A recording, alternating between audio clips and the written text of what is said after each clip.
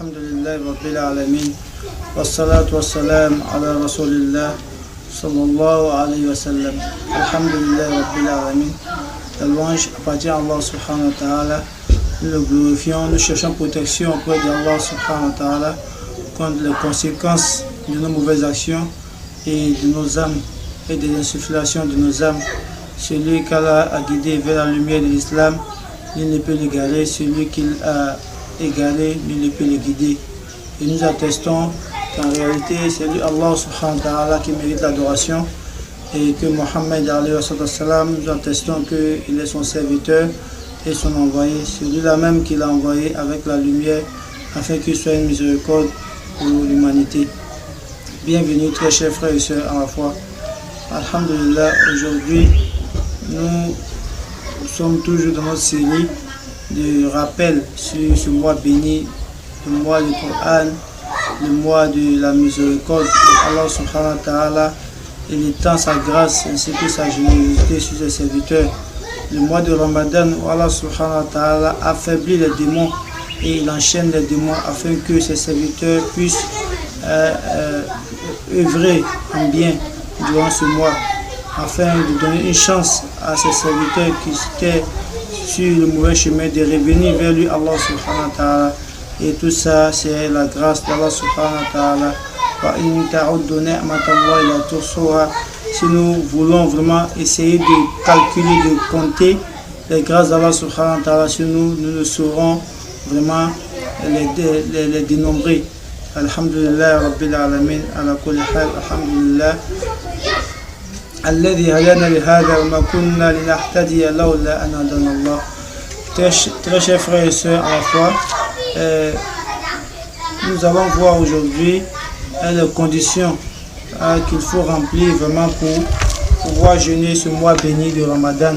Les conditions que le musulman ainsi que les conditions pour pouvoir les conditions de l'obligation du jeûne.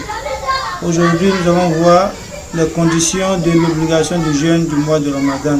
Donc, la première condition, c'est l'islam. Il faut être musulman. Nous assistons aujourd'hui, lorsque le mois de Ramadan apparaît, on a certains de nos frères parmi les non-musulmans, nos voisins, qui disent qu'ils vont nous soutenir durant ce mois de jeûne par leur abstinence de manger et de boire.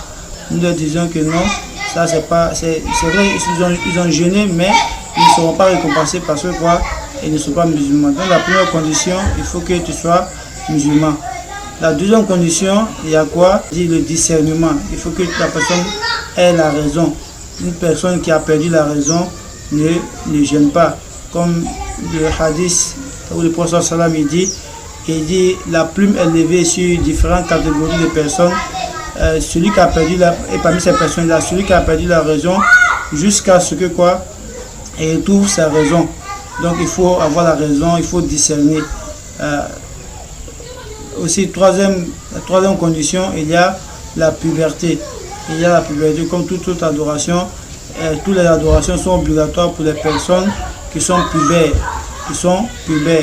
Et ces adorations ne sont pas obligatoires pour les enfants.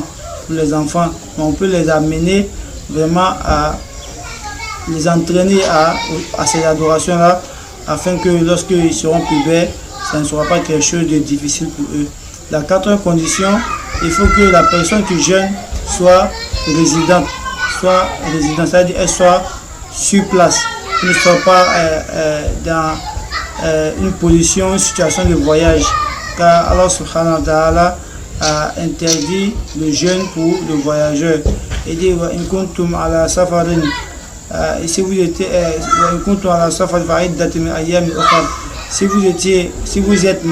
vous êtes en voyage, donc il faut remplacer, il faut rattraper les jours de jeûne que vous allez manquer.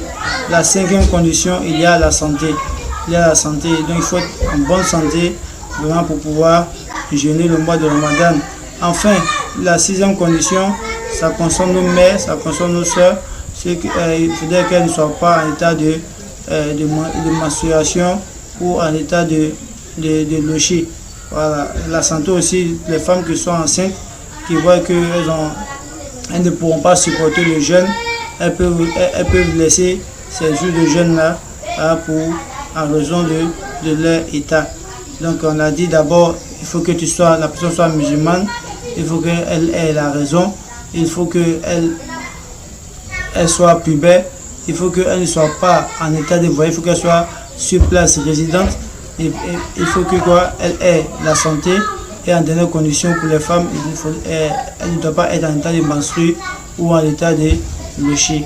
Qu'Allah nous accorde la bonne compréhension, qu'il facilite la mise en pratique, qu'il facilite l'adoration durant ce mois et qu'il pardonne nos péchés et qu'il nous aide à nous réformer durant ce mois. Assalamu alaikum wa rahmatullahi wa barakatuh.